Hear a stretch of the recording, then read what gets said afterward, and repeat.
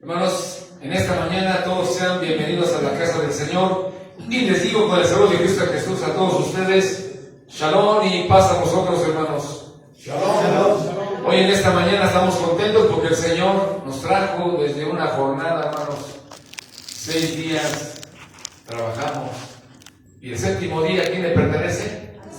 Al Señor, al Dios de los ejércitos, al Dios de los hebreos, al Dios de Israel. Hoy, hermanos, le pertenece este día es del Señor, consagrado a su santo y bendito nombre. Y hermanos que nos ven en casa, donde quiera que se encuentren, hermanos, que la paz sea en sus corazones y sus hogares, como en este lugar se vive una paz con el Señor a través del Maestro Jesús y de su Espíritu Santo que nos guía en cada Shabbat y en cada fiesta del Señor. Bueno, hermanos, así como estamos de pie, voy a dar el lugar a mi hermano pastor, mi hermano ministro Benjamín, para que tome su tiempo y su lugar. Gracias, hermano Víctor. Amados hermanos, en la fe y en la paciencia de nuestro Señor Jesucristo, Shalom. Shalom. Ocupen sus lugares, hermanos, por favor. Hermanos, pues hoy vamos a tocar un tema que viene relacionado con el tema que vimos el sábado pasado. Pero, hermanos, es importante que nosotros demos gracias a Dios porque nos da la oportunidad de estar aquí, dando siempre el conocimiento de su palabra, y eso nos lleva a una grande satisfacción de que todos los que nos escuchan, los que nos miran, hermanos, ellos también tienen la oportunidad de poder almacenar en nuestro espíritu el conocimiento de la palabra de nuestro Dios. Bien, hermanos, hoy dice el texto, o más bien el título, hermanos, el título del tema de hoy es derechos o privilegios de los apóstoles. Para que ustedes lo apunten por ahí en sus libretas, hermanos, ya muchos de mis hermanos traen sus libretas y vienen preparados para que todo esto lo repasen en la semana. Recuerden que en la semana tienen que repasar para corroborar todo, como los hacían los hermanos de Berea. ¿Se acuerdan lo que hacían los hermanos de Berea? Allá, hermanos, ellos hablaba el apóstol Pablo, y cuando llegaban a sus comunidades, a sus casas, veían, hermanos, todo lo que el apóstol Pablo había hablado y decían: en verdad este hombre trae el Espíritu de Dios y nos habla con verdad. Bien, hermanos, pues hoy vamos a hacerlo de la misma manera. Dice así: derechos o privilegios de los apóstoles. Antes de esto, hermanos, yo quiero tocar una palabra que es bien importante y que debido a esto vamos a ver qué significa la palabra altruista. A ver, Naomi, ¿qué es la palabra altruista? ¿Cómo se define? ¿A qué se refiere? ¿Quién lo desempeña? ¿En qué personas cabe solamente? Y si no puede mi hermana Naomi, le voy a pedir a mi hermano Rodolfo. ¿Qué, hermano? La palabra altruista. ¿Altruista? No sé. No. Bien. Hermana A y D. Lo está viendo en su diccionario. Hermano Amador. Hermana Norma. Hermana Mine. Me suena como a turistas. Sí. Hermano Víctor. Hermano Bertín. Bien.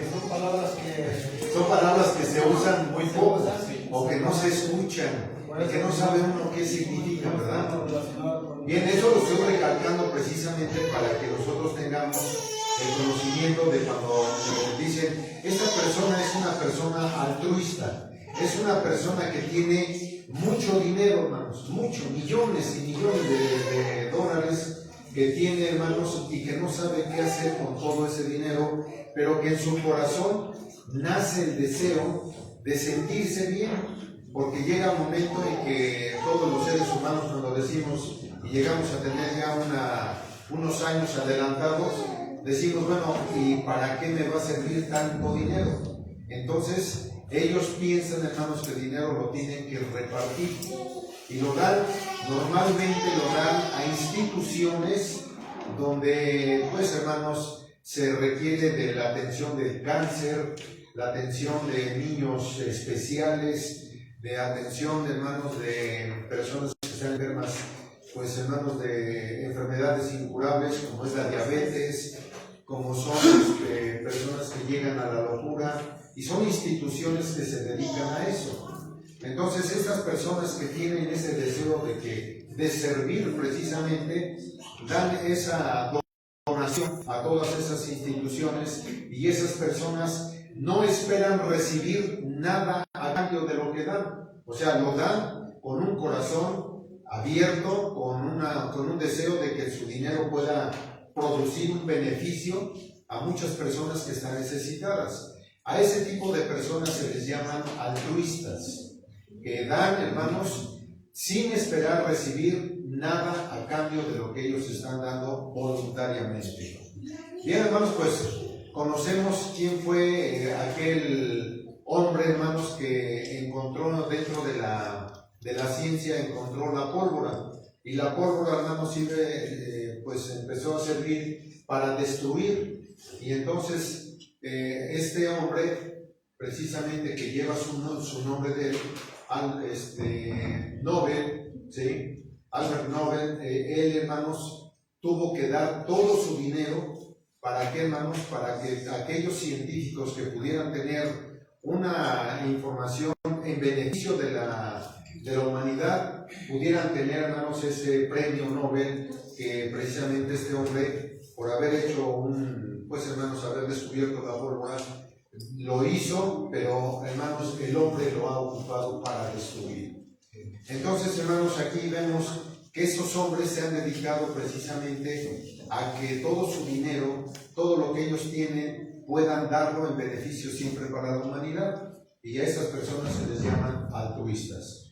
Llevemos en nuestra mente esta palabra para que podamos en algún momento, cuando escuchemos a una persona que dice, esta persona es de muy buen corazón y es una persona altruista, y ya sabemos a qué se refiere, qué es lo que quiere decir, para que nosotros podamos entender ese diálogo que en algún momento lo pudiéramos escuchar. Bien, hermanos, ahora voy a referirme, hermanos, a esto. Hay un personaje dentro de la Biblia que es altruista 100%. Jesucristo. Muy bien. Y vamos a ver, hermanos, que Jesucristo es el dueño de todo lo que hay, hermanos, y de lo que podemos ver y de lo que no podemos ver. Dice Colosenses, hermanos, vamos a ver la carta que escribe Pablo a la iglesia de Colosas, y dice, hermanos, ahí vamos a ver que realmente Jesucristo viene siendo el dueño de todo, pero que Él, hermanos, ha hecho una obra enormemente grande para el beneficio de todos nosotros. Y eso, pues, hermanos, ha quedado en nosotros una grande satisfacción de tener este privilegio de ser enormemente millonarios, no ricos, hermanos, sino millonarios. Dice así Colosenses capítulo 1. Vamos a ver, hermanos, que Jesucristo es altruista y es el único, hermanos, que ha repartido sus bienes a todo el que quiera. ¿Sí? Aquí no hay de decir, pues nada más a una institución. No, hermanos, aquí es al mundo entero. Dice así, verso número 15 en adelante. Cristo es la imagen visible de Dios, que es invisible. Es su Hijo primogénito, anterior a todo lo creado. En Él Dios creó todo lo que hay en el cielo y en la tierra, todo lo visible como lo invisible, así como los seres espirituales que tienen dominio, autoridad y poder. Todo fue creado por medio de Él y para Él. Cristo existe antes que todas las cosas y por Él se mantiene todo en orden. Además, Cristo es la cabeza de la iglesia, que es su cuerpo. Él, que es el principio, fue el primero en resucitar, para tener así el primer puesto en todo.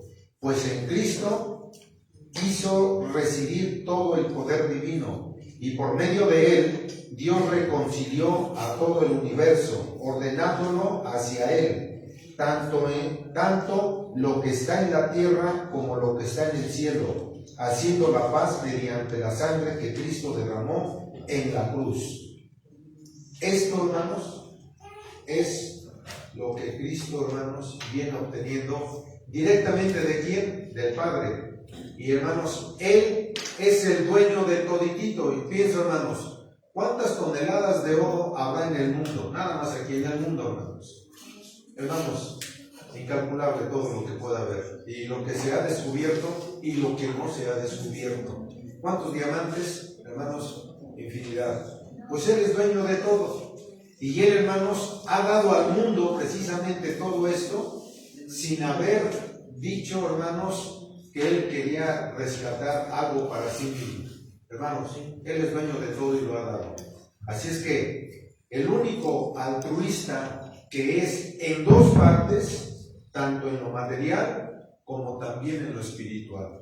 Yo pienso, hermanos, y digo, y les pregunto a ustedes, hermanos, ¿habrá alguna persona que sea altruista espiritualmente? El ejemplo, hermanos, lo tenemos, es Jesucristo. Él, hermanos, ha dado todo, pero también ¿quiénes han dado todo en la cuestión espiritual? Los apóstoles también dieron todo, dieron la vida, hermanos. ¿Para qué? Para dar a conocer lo que recibieron, porque de gracia recibieron y de gracia han dado también, sin esperar nada, hermanos. Y esto lo han hecho, hermanos, desde el tiempo de los patriarcas, desde el tiempo de los profetas, en el tiempo de Jesucristo y después de ahí, hermanos, hasta nuestros días. Así que, hermanos, como Cristo es el dueño de todo, hoy, hermanos, nosotros tenemos que aprovechar lo que Cristo nos ha dado.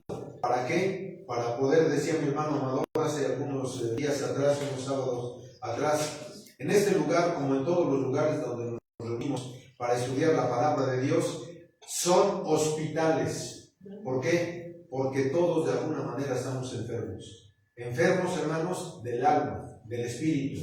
Y aquí venimos, hermanos, a recuperarnos, a sanarnos, a tener, hermanos, esa medicina que es la palabra de Dios para que podamos estar bien. Dios, teniendo que mandar a su Hijo para que todo el mundo seamos ricos, Él, hermanos, ha puesto desde los profetas el anuncio. Y ese anuncio tenemos que analizarlo, hermanos, a través de su palabra. Dice Isaías, hermanos, vamos a la palabra del Señor. Isaías, en el capítulo 49, un capítulo muy profundo, hermanos, pero este capítulo 49 de Isaías tiene muchos mensajes en diversos temas. Dice así, versos 6 y 7. Espero que estén en la cita, hermanos. Isaías 49. Espero que estén en la cita. ¿Lista, hermana Queca? Versos 6 y 7. Espero así porque, hermanos, vemos que la riqueza de nuestro Dios, la riqueza de Jesucristo, la tenemos que analizar desde los profetas. Dice así el verso número 6. Dice así: no basta que seas mi siervo, solo para restablecer las tribus de Jacob y hacer volver a los sobrevivientes de Israel. Yo haré que seas la luz de las naciones, para que lleves mi salvación hasta las partes más lejanas de la tierra. El Señor, el Redentor, el Dios Santo de Israel, dice al pueblo que ha sido totalmente despreciado, al que los otros pueblos aborrecen, al que ha sido esclavo de los tiranos. Cuando los reyes y los príncipes te vean, se levantarán y se inclinarán delante de ti, porque yo, el Señor, el Dios Santo de Israel, te elegí y cumplo mis promesas. Dice aquí, hermanos, que el Señor da esto a todas las naciones, pero dice aquí, hermanos, que este siervo iba a ser luz para todas las naciones y que tendría que ser llevada esa luz. Yo pregunto, hermanos, ¿cuál es esa luz? El Evangelio, precisamente. Entonces, hermanos, altruista en la parte espiritual, no solamente en la parte material, sino también en la parte espiritual. Entonces, hermanos, tenemos ya nosotros este conocimiento a través de la palabra del Señor, en donde estamos recibiendo mucho conocimiento, pero, hermanos, sin que el Señor esté pidiendo algo de nosotros. Algunos van a preguntar y van a decir, bueno, ¿y acaso no es un mandamiento el diezmo? Es un mandamiento, hermanos. Pero eso lo tenemos que dar dependiendo de la calidad de fe que nosotros tengamos. Si a mí me falta fe, hermanos, me falta todavía conocimiento en la palabra del Señor, como que voy a empezar a dudar, como que voy a empezar a tener, hermanos, un poco de desconfianza. Pero conforme vaya yo creciendo en la riqueza espiritual, en el altruismo precisamente de Jesucristo que ha dado a todas las naciones para que seamos luz del mundo, entonces, hermanos, tendremos que ir desarrollando y poniendo en práctica cada uno de los mandamientos que conocemos. Pero esto, hermanos, tiene su proceso, no es que sea de la noche a la mañana. Hermanos, quiero comentarles algo que es muy, muy importante también, y esto ojalá y pueda llegar a todas las denominaciones, y ojalá y nos puedan ver todo el mundo, hermanos. Debido, hermanos, a la avaricia, a la envidia, a la codicia, a muchas cosas que los hombres tenemos.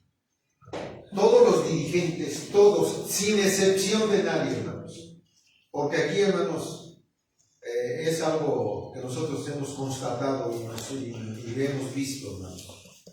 Nos consta, hermanos, que todos los dirigentes de todas las denominaciones, ¿saben qué es lo que buscan? El dinero. El lucro. Es lo que buscan. ¿Sí, hermanos? Entonces, hermanos, estoy pues preparando a una mujer, ojalá y para el próximo mes de enero pueda venir y ustedes la van a conocer. Y ella me dice, estoy compartiendo el Evangelio con ella, y me dice, oiga, pastor, me dice ella, pastor, oiga, pastor, fíjese, le quiero comentar algo. Mi hija iba a cumplir sus 15 años.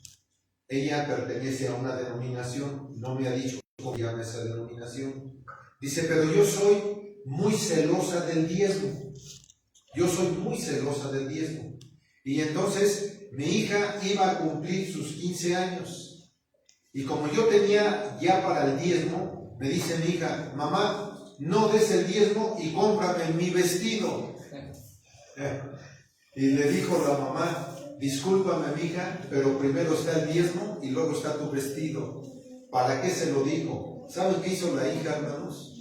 Se enojó con ella, que después la mamá tuvo que pedir prestado para poder ver a su hija contenta. Pero ella, la hermana, cumplió con el diezmo. ¿Por qué, hermanos? Porque en su corazón de ella está el buen deseo de dar el diezmo. Y le dije, ayer precisamente estábamos hablando de esto con ella. Le digo, mire, hermana, le voy a dar un mal consejo, pero eso tómelo usted en su corazón. Dentro de la congregación donde usted va, ¿hay algún necesitado? Dice, uy, hermano, hay muchísimos. Bueno, escoja usted alguno de ellos y su diezmo déselo a uno de esos necesitados. No lo dé al alfolí, no lo ponga en la charola, porque todos ellos, todos los dirigentes solamente buscan su beneficio, buscan el dinero de la gente, y la gente, los feligreses que están dentro de la iglesia, tienen mucha necesidad, muchos. ¿Es cierto? Dice, sí, hermano, es cierto. Bueno, pues su diezmo, déselo mejor, escoja usted entre ellos y déselo usted mejor a ellos. No lo pongan en la charola, porque todos ellos lo único que buscan es llenar su bolsillo. Dice, hermano, me ha usted dado una gran solución. porque realmente yo he visto que ninguno de todos los que vamos ahí, ninguno se acerca con los dirigentes, aun cuando tengan una necesidad muy grande, porque no los ayudan, para que vean. Y el diezmo sabe para qué es, precisamente para eso. Y no lo digo yo, vea usted lo que dice la palabra del Señor. Y vaya usted al libro de Nehemías, lea usted todo el libro de Nehemías o los últimos capítulos, principalmente el 13, y vea usted para qué era el diezmo y las ofrendas.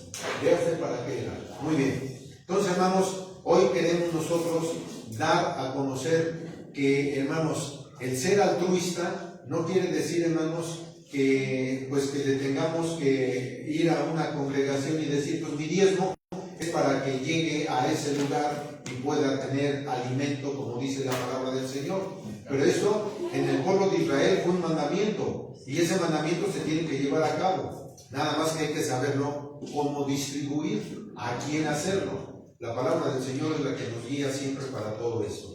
Bien, hermanos, entonces, como Cristo, hermanos, ha dado todo, veamos, hermanos, lo que dice la segunda carta a los Corintios.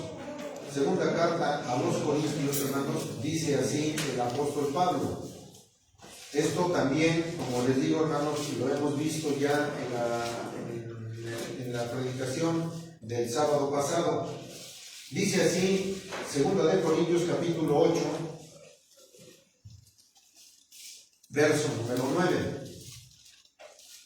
Espero que estén ahí en la cita, y ya mi hermano Fernando está escribiendo, está poniendo ahí la cita para que en la semana, recuerden, en la semana tienen que repasar todo lo que hablamos, para que vayan creciendo en el conocimiento de nuestro Dios. Estamos en la cita, dice así, el verso número 9.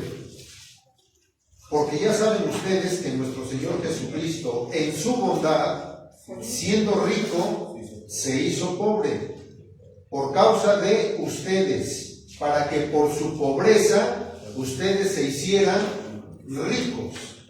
¿Sí, hermanos? Entonces, Jesucristo ahí está dando el ejemplo, hermanos, de que es un personaje súper, hermanos, grande en la cuestión, hermanos, de beneficiar a todos los que querramos tener ese beneficio. Pablo, hermanos, cuando escribe todas sus cartas, da un consejo muy grande. El consejo, hermanos, que Pablo dice en cuanto a todo este conocimiento, hermanos, tiene que llegar a nosotros de una manera limpia, pura. ¿Para qué? Para que nosotros también, cuando lo recibamos, tengamos que darlo a conocer. No podemos quedarnos con ello. ¿Por qué? Porque hay una necesidad muy grande en cada uno de nosotros. Bien, dice Pablo, vamos a la primera carta a los Corintios, primera carta a los Corintios, capítulo 9. Capítulo 9. Y va a ser, hermanos, todo el capítulo, pero vamos a ir viendo parte por parte. ¿Estamos en la cita? Bien, dice así el verso número 1. Verso número 1. No me negarán ustedes que yo tengo la libertad y los derechos de un apóstol, que he visto a Jesús nuestro Señor, y ustedes mismos son el resultado de mi trabajo en la obra del Señor. Dice el apóstol Pablo: tengo libertad y tengo derechos de ser un apóstol, pero además porque dice, he visto a Jesucristo. Ahora, hermanos, la situación es que Pablo, cuando está diciendo todo esto, él quiere, hermanos, tener el sustento por completo de que no está mintiendo. Él, hermanos, quiere convencer a la iglesia. Y, hermanos, en la vida de Pablo, en aquel tiempo, muchos conocían quién era Pablo dentro del judaísmo. Sabían, hermanos, quién era Pablo. Lo conocían y sabían qué calidad de hombre era. Pero cuando se convierte al cristianismo, cuando se convierte a Cristo, hermanos, él tiene que dar lo mejor para que la iglesia quede convencida de que él, hermanos, vio a Cristo. Bien, hermanos, dentro de su vida y dentro de la narración que él da, dice en Hechos de los Apóstoles, no pierdan, hermanos, 1 Corintios, capítulo 9. Vamos, hermanos, a Hechos de los Apóstoles, capítulo 9. Verso 3, capítulo 9, verso 3. Y de ahí me voy a brincar al verso 17. Pero espero que estén ahí, hermanos. Apunten bien. Capítulo 9 de Hechos de los Apóstoles, verso 3, y de ahí me brinco al 17. Dice así el verso número 3. Pero cuando ya se encontraba cerca la ciudad de Damasco, una luz que veía del cielo brilló de repente a su alrededor. Saulo cayó al suelo y oyó una voz que le decía: Saulo, Saulo, ¿por qué me persigues? ¿Quién era, hermanos? Era Jesucristo. Lo derrumbó del caballo, dice, pero que vio una luz que lo dejó ciego. Verso 17. Ananías, aquel hombre que escuchó la voz también de Dios, hermanos, que fuera a la casa donde estaba Pablo. Ananías fue a la casa donde estaba Saulo. Al entrar, puso sus manos sobre él y le dijo: hermano Saulo, el Señor Jesús, el que se apareció en el camino por donde venías, me ha mandado para que recobres la vista y quedes lleno del Espíritu Santo. Aquí, hermanos, se está dando precisamente el conocimiento de que Pablo tenía que dar a conocer esto para que la iglesia, hermanos, ¿cuál era? Ahora sí que ¿quiénes eran los que estaban como testigos? Ananías, el que recibió el mensaje de nuestro Dios. ¿Para qué? Para que fuera a ver a Pablo, donde estaba, hermanos, esperando que llegara, y las escamas que se le habían puesto en los ojos a Pablo se le pudieran caer. Y aquí da testimonio precisamente Pablo. ¿Para qué? Pues para que Pablo pueda darse a conocer a la iglesia, así como muchos de nosotros tenemos que hacerlo. Bien, dice, hermanos, el verso número 2. Regresamos a 1 Corintios, capítulo 9. Ahora dice el verso número 2. Puede ser que para otros yo no sea apóstol, dice el apóstol Pablo. Puede ser que para otros yo no sea apóstol, pero para ustedes sí lo soy, porque el hecho de que ustedes estén incorporados al Señor prueba que en verdad lo soy. Ahora les pregunto a ustedes, hermanos, por la historia que conocemos del apóstol Pablo, ¿a quiénes no les convencía que el apóstol Pablo no era apóstol? ¿A quiénes? Bueno, primeramente a ellos, pero también a quién, o sea, a los escribas y fariseos. Es más, dice el apóstol Pablo: yo soy fariseo de fariseos. ¿Qué quiere decir? Pues que Pablo, hermanos, era reconocido dentro del fariseísmo. Ahí sí lo conocían dentro del Sanedrín, lo conocían a Pablo, sí, pero también, hermanos, lo conocían ¿quiénes? Los de la iglesia, lo conocían. ¿Y cómo conocían a Pablo? Era perseguidor, era un matador de la iglesia. Entonces, hermanos, cuando se convierte, tanto los del Sanedrín no creían que era apóstol, pero también, hermanos, la iglesia no creía en él. Porque dice, ¿cómo es posible que antes nos seguía, nos mataba, y ahora viene a decir que es apóstol de Jesucristo? Y entonces Pablo aquí tiene que dar a conocer precisamente, dice, porque tengo derecho, tengo el privilegio de ser llamado apóstol, y no por hombre, sino por Jesucristo. O sea, todavía se daba, hermanos, ese derecho, ese lujo de decir, Jesucristo me hizo apóstol. ¿Sí? Y entonces aquí Pablo tiene que dar a conocer a la iglesia todo este derecho o este privilegio. ¿Para qué? Pues para que lo reconocieran como tal. Dice el verso número 3: esta es mi respuesta a los que me critican. Tenemos todo el derecho de recibir comida y bebida, y también de llevar con nosotros una esposa cristiana, como hacen los otros apóstoles y los hermanos del Señor. O sea, no solamente los apóstoles, sino los hermanos del Señor. Y Cefas. ¿Quién es Cefas, hermanos? Pedro tenía mujer, sí, hermanos. No se enfermó su suegra, ¿sí? Y la alivió el Señor Jesucristo. Bueno, pues aquí Pablo está diciendo que tiene derechos y privilegios, hermanos, el apóstol Pablo, como todos los demás. Dice, hermanos, y además sepas, muy bien. Ahora, ¿dónde da testimonio? Y esto sirve, hermanos, como de repaso para nosotros, sirve, hermanos, que debemos de tener nosotros potestad dentro de la iglesia. Tenemos potestad ¿de qué, hermanos?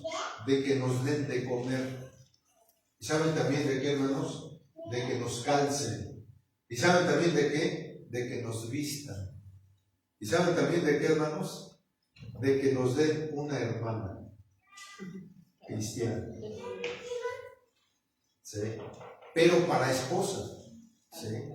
O sea, dice el apóstol Pablo, ¿acaso no tenemos derecho como los demás? Entonces, si tengo el privilegio, tengo el derecho de que yo deba de tener todo eso de parte de la iglesia. ¿Sí? Ahora, vamos a ver, hermanos, lo que dice Mateo capítulo 12. Quiero que lo lea mi hermana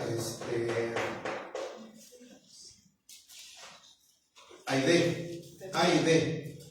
Hermana, lea usted Mateo 12, capítulo 12, verso 46. Y esto solamente va a servir para dar testimonio de que Jesucristo tenía también hermanos en la carne. Y no solamente hermanos, también hermanas. Para que también toda la gente que nos pueda ver sepa que María no nada más tuvo a Jesucristo como hijo, sino que también tuvo más hijos después de Jesucristo. Bien, duro, hermano. 46. La madre y los hermanos de Jesús.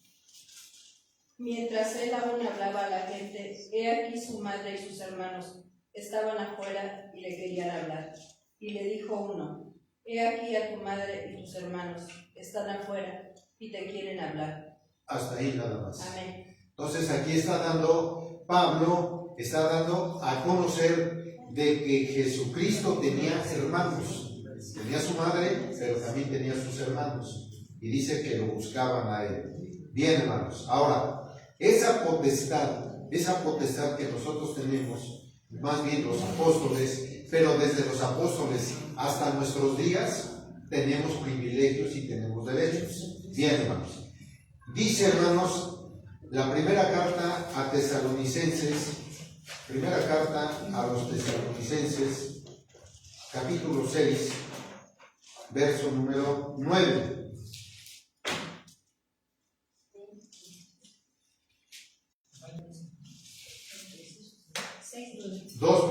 Capítulo 2. Capítulo 2. Capítulo 2. Versículo. Versos del 6 hasta el 9. Segunda. Primera de Tesalonicenses, capítulo 2, verso número 6. Voy a leerlo, hermanos. Espero que estemos en la cita. No, pues ya no. Ya, hermanos. No, pues ya nos cambiamos. No, pues es primera de Tesalonicenses, capítulo 2. Ya lo anotaron. Ahora dice el verso 6. Nunca hemos buscado honores de nadie, ni de ustedes ni de otros, aunque muy bien hubiéramos podido hacerles sentir el peso de nuestra autoridad como apóstoles de Cristo. Nos hicimos como niños entre ustedes, como una madre que cría y cuida a sus propios hijos. Así también les tenemos a ustedes tanto cariño que hubiéramos deseado darles no solo el Evangelio de Dios, sino hasta nuestras propias vidas. Tanto hemos llegado a quererlos, hermanos, ustedes se acuerdan de cómo trabajamos y luchamos por ganarnos la vida. Trabajábamos día y noche, a fin de no ser una carga para ninguno de ustedes, mientras les anunciábamos el Evangelio de Dios. Dice el apóstol Pablo.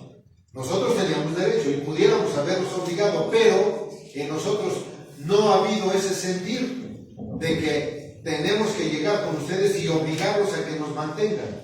No, hermanos, dice, hemos hecho siempre con desvelo, con el trabajo y con todo lo que nosotros tenemos, porque los amamos, los queremos, son una necesidad. Y hermanos, ¿cuántas veces les hemos dicho a ustedes todo esto? Pero no porque de nosotros haya nacido, hermanos, sino que basados en el conocimiento que hemos recibido de parte de Cristo, de parte de los apóstoles, ahora nosotros tenemos que dar también a todos ustedes este mismo sentir, esa misma necesidad que tuvieron aquellos apóstoles, hoy nosotros también la sentimos. ¿Y tenemos potestad de que nos den de comer? Sí. ¿Tenemos potestad de que nos den de beber? Sí, hermanos. Pero todo es por el amor de Cristo. Todo es por el conocimiento de Él.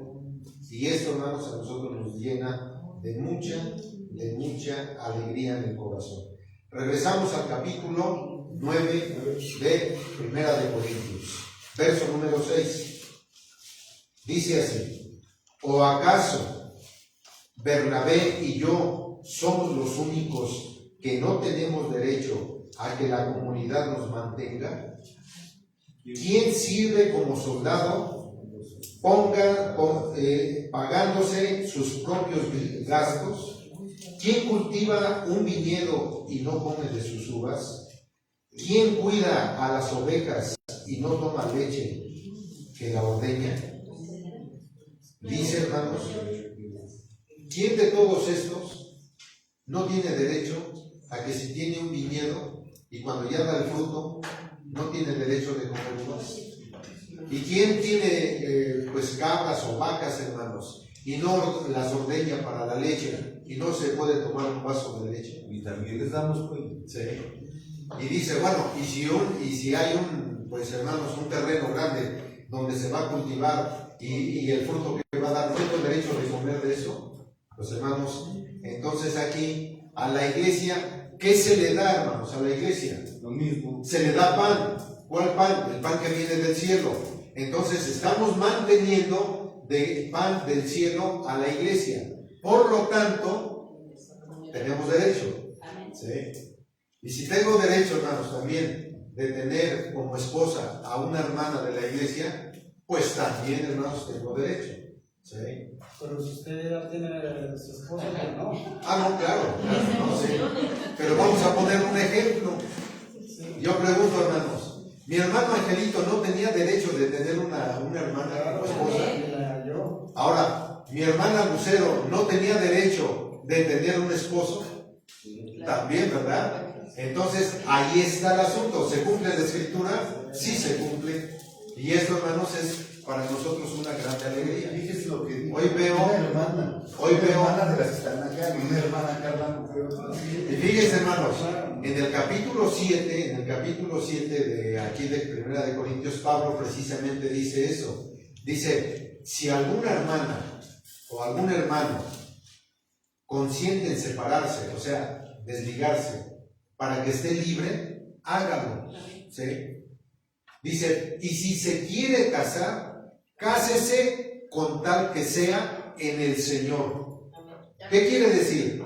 Que se tiene que casar, pero con alguien que esté dentro de la iglesia, que sea del mismo espíritu. ¿Para qué, hermanos? Para que haya esa unión, para que haya una armonía, una alegría. Hoy va mi hermano Ángel con una sonrisa de oreja a oreja. ¿Sí? Y antes, hermanos, cuando vivía en ese problema de soledad, en ese problema de cariño, de falta de cariño, hermanos, pues se veía todo triste, apagado. Oye, hermanos, ¿cuántos kilos ha subido? Algunos, ¿verdad? Pero bueno, bendito sea Dios, porque todo esto se cumple, hermanos. Entonces, hermanos, dice Deuteronomio capítulo 20, verso número 6.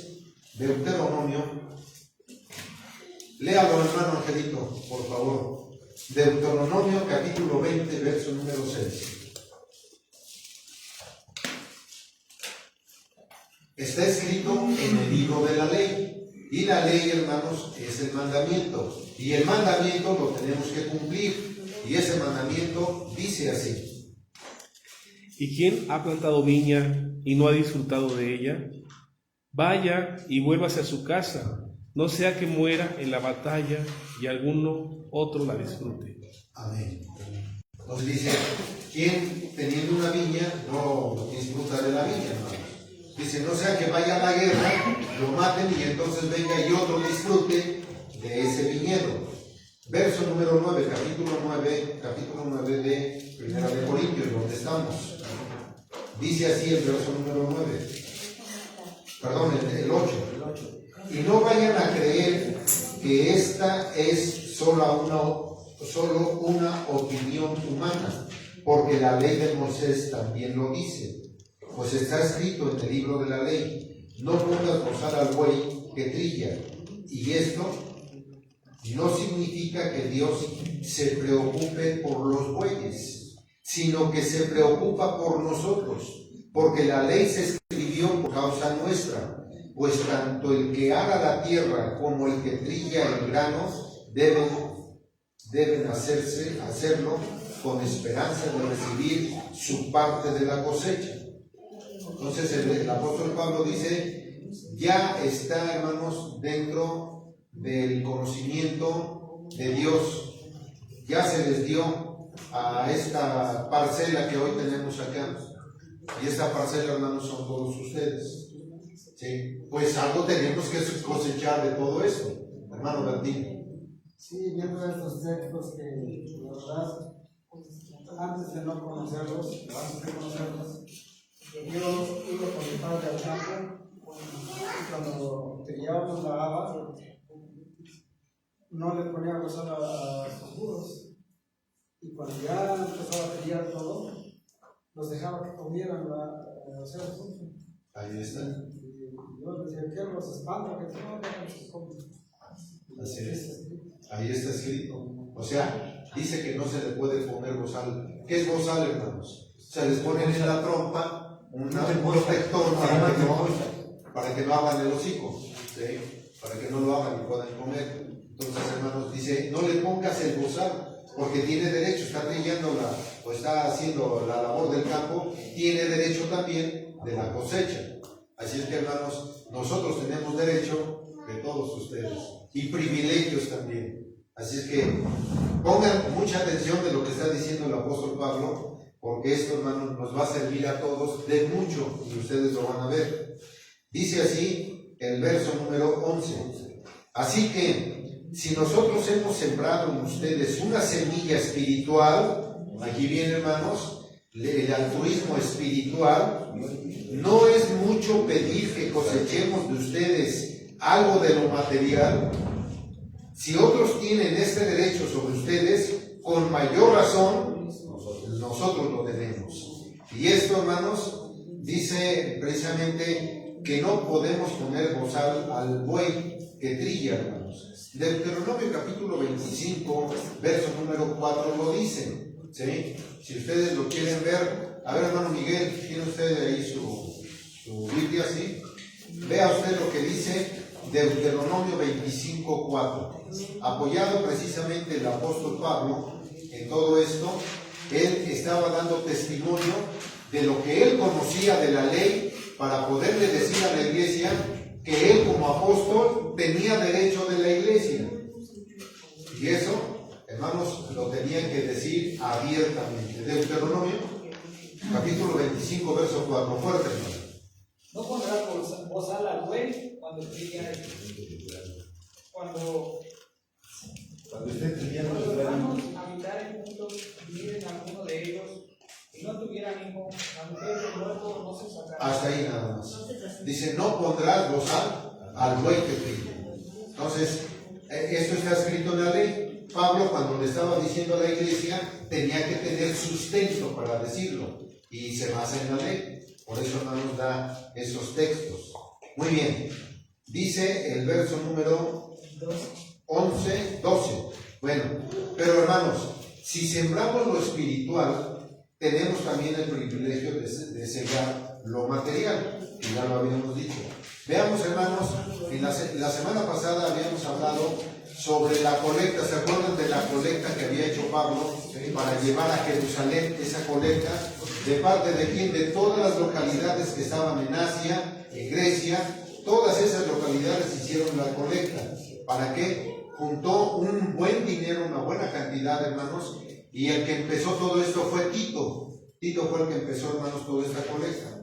Dice Romanos, ahora sí, hermana Queta, le va a tocar a usted, Romanos capítulo 15, versos 25, 26 y 27. Léalo fuerte, hermanas, para que veamos qué es lo que la 26, 27. Capítulo 15 de los Romanos, 25, 26 y 27. Veamos ahí cómo Pablo, hermanos, dice sobre esta siembra que precisamente tiene ese derecho también Pablo, hermanos, y el privilegio para cegar de la iglesia. Y esta colecta es algo material para ayudar a la misma iglesia, pero en Jerusalén.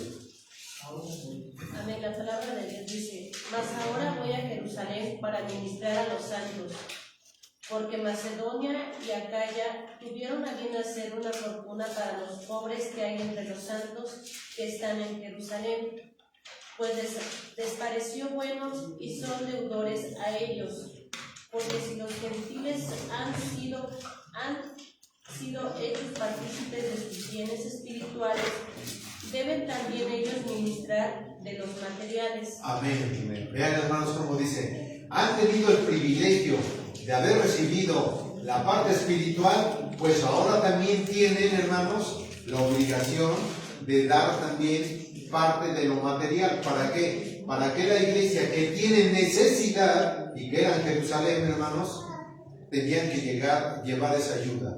Y dice, hermanos, los gentiles que estaban allá en Macedonia y Acaya, hermanos, dieron la colecta porque recibieron el conocimiento. Y ellos, hermanos, dijeron, bueno, ya recibimos el conocimiento espiritual, ahora ayudamos a nuestros hermanos que tienen necesidad allá en Jerusalén. Y Pablo, hermanos, se da la tarea de poder hacer toda esta recolección de la ayuda y se la lleva, hermanos, allá a Jerusalén. Recordemos que ahí fue cuando Pablo ya lo toman preso, hermanos, y se lo llevan a Roma, pero en calidad de preso. Entonces, hermanos, eso es lo que está diciendo. Verso número 13. Verso 13. De capítulo 9 de Primera de Corintios, verso número 13. Ustedes saben, dice así, ustedes saben que quienes trabajan en el servicio del templo viven del templo. Es decir, que quienes atienden al altar de donde se ofrecen los sacrificios comen de la carne de los animales que allí se sacrifican. ¿De acuerdo? Está hablando del templo cuando inclusive en ese tiempo de Pablo, cuando estaba dando todo este conocimiento, también se hacían todavía esos sacrificios. ¿De acuerdo? Bien. Ok. Ahora, vamos a la ley. Dice en Levíticos capítulo 7, verso número 6. ¿Cómo? Levítico capítulo 7. Espero a que estén en la cita. Denle lectura, hermana Naomi. Nada más el verso 6. El verso 6. El 31 y el 32. Hermano, sí. Hermano Fernando. Capítulo 7 de Levítico, verso 6, Naomi. Verso 31 y 32, mi hermano Fernando. Fuerte, mija. Quítate eso, fuerte, que se oiga. Levítico capítulo 5, versículo 6. Todo varón de entre los sacerdotes la comerá, será comida en lugar santo, es cosa muy santa. Amén. ¿Qué era lo sacrificado? Era una situación santa, todos aquellos que comían del altar. ¿Y quiénes eran? Los sacerdotes. Verso 31 y 32, fuerte. Entonces el sacerdote quemará la grasa en el altar. De esta ofrenda el pecho será para los sacerdotes, pero la pierna derecha trasera se le dejará al sacerdote que presente la ofrenda. Amén. Entonces, hermanos, comían del altar, ¿sí? Lo sacrificado, comían ellos. Dice Pablo, ustedes saben que quienes trabajan en el servicio del templo viven del templo, es decir, que quienes atienden al altar donde se ofrecen los sacrificios comen de la carne de los animales que allí se sacrifican. Y aquí Pablo lo está ratificando para que diga Pablo, así es que, amados hermanos, ustedes están obligados a atenderme. ¿Sí? ¿Por qué? Porque Pablo decía, tenemos necesidad de todo esto. Verso número 14. De igual manera, el Señor ha dispuesto que quienes anuncian el Evangelio vivan de ello mismo. Ahí me detengo tantito, hermanos. Vean todo lo que ya Pablo habló de todo esto. Me voy a tardar un poquito más. Les voy a robar 15 minutos. ¿De acuerdo, hermanos? Para terminar, déjenme ver. No. Va a ser muy rápido. Mejor lo dejamos para la tarde. Concluimos en la tarde. ¿Sí? ¿Por qué, hermanos? Porque hay mucho todavía. Aquí me detengo tantito, porque Pablo dice, primero lo que Pablo está diciendo es que, hermanos, ya les dimos a conocer todo el Evangelio. Hemos sufrido, hemos llorado, hemos pasado hambre, hemos pasado necesidad de esto, de aquello, del otro. Hemos pasado de infinidad de situaciones por anunciar el Evangelio, por ser altruistas como nuestro Señor Jesucristo lo hizo. Así es que nosotros tenemos también esa necesidad de hacerlo. Así es que yo quiero decirles a ustedes, hermanos, dice Pablo, que yo ya les puse todo lo que está escrito en la ley, todo lo que dice el Señor, y todo es una necesidad que como predicadores del Evangelio tenemos grandes necesidades. Pero ahora Pablo viene a decir lo contrario a todo esto. Pero quiero decirles, hermanos, que yo no quiero ser carga para la iglesia. No quiero que ustedes se sientan obligados a que me mantengan. Dice el apóstol Pablo, porque el Señor me ha dado dos manos para que me gane mi propio alimento y yo mismo me vista y yo mismo me calce. Así es que yo no quiero ser carga para todos. Pero él se quería justificar. Dice, el Señor dice en toda la ley que nosotros tenemos que hacer y que tenemos ese privilegio y estos derechos de parte de ustedes para que recibamos ese beneficio material. Pero quiero decirles, hermanos, que yo no quiero ser carga para ustedes. Yo lo doy de buen corazón. Hermano Bertín. Bueno, esto nos habla que, pues, como dice que él tiene sus dos manos para trabajar. Recordemos que también podemos comer del Evangelio. Sí, porque dice nuestro Señor Jesucristo, el que predica, el que lleva el Evangelio, dice que es digno de su alimento. Así es. Entonces, comemos por ese alimento. Pablo, ¿qué es lo que hizo? Se dedicó a la palabra de nuestro Dios. ¿Sí? Ese era su trabajo. Ahora nosotros desempeñamos doble trabajo, que es trabajar para que comamos y trabajar en la obra del Señor. Exactamente. Y por eso Pablo lo pone aquí, lo expresa. Dice, ahora yo no quiero ser carga para ustedes, sino yo quiero darles y darles precisamente porque tenía el sentimiento del mismo Señor Jesucristo. Jesucristo, siendo rico, se hizo pobre para venir a hacernos millonarios a nosotros. Entonces, hermanos, en ese ejemplo, en esa forma de pensar de Pablo, lo mismo que de Cristo. Por eso dice el apóstol Pablo dice, haya el mismo sentir que hubo en Cristo Jesús en nosotros. Y ese mismo sentir era precisamente dar el alimento sin esperar, hermanos, que nosotros recibamos algo de todo esto. Bien, hermanos, en la tarde seguimos. Ya llevo 1 hora 5 minutos. Así que, hermanos, en la tarde seguimos con el tema, porque lo que viene, hermanos, es algo que nosotros tenemos que sentirlo y vivirlo por todos ustedes. Porque el motivo, hermanos, decía por ahí, hermanos, aquel hombre motivador, decía, ¿qué es lo que hace que uno tenga las ganas de actuar, las ganas de trabajar? La motivación. Yo soy motivado, ¿sí? Y el motivo es precisamente que viene de la palabra motor. ¿El motor qué hace? Echa a andar alguna función, ¿sí? Por ejemplo, los autos tienen un motor. ¿Están motivados los autos? ¿A qué están motivados los autos? A transportar, ¿sí? Una motocicleta tiene un motor, lo mismo. Un avión, lo mismo. Un ferrocarril, lo mismo. O sea, tienen un motivo de hacer las cosas. ¿Y qué es eso? Transportar. A Dios los motiva el alimento.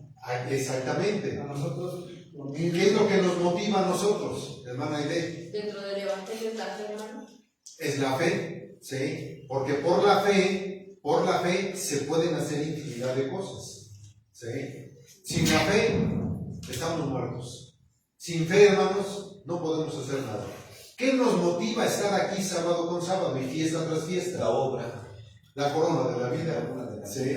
Porque la corona de la vida, que es lo que nos motiva a tenerla, tenemos nosotros que estar motivados para poder obtenerla. De otra manera, hermanos, estamos muertos. Por eso Jesucristo, cuando llega aquel hombre y le dice, Señor, yo te quiero seguir, pero primero déjame que vaya yo a enterrar a todos mis seres queridos. Y ya cuando los entierre yo, entonces ya vengo y te sigo.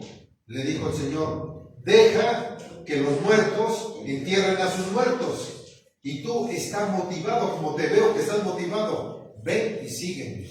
Y hermanos, nosotros hemos dejado todo lo hemos dejado porque estamos motivados por dar a conocer el Evangelio. Y esa motivación, hermanos, va a ser algo que todos ustedes, los que nos escuchen, y nosotros mismos alcancemos la corona de la vida. Y esto no es fácil.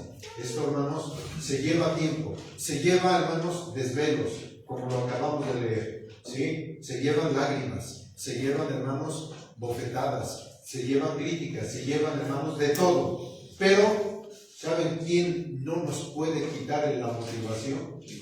El Espíritu no nos lo puede quitar. Pero sí hay alguien que nos lo puede quitar, siempre y cuando nos dejemos. Satanás. Que por cierto, ahí les contaré después, por ahí algunos que judaizan dicen que el diablo no existe. Caray, hermanos, en esta semana que pasó me topé con unas personas que ahí les platicaré con calma, hermanos, pero que el diablo no existe. Pero bueno, hermanos, forma de pensamientos, pero nosotros nos basamos en el conocimiento de la palabra del Señor. Que el Señor bendiga su palabra y a cada uno de ustedes, shalom.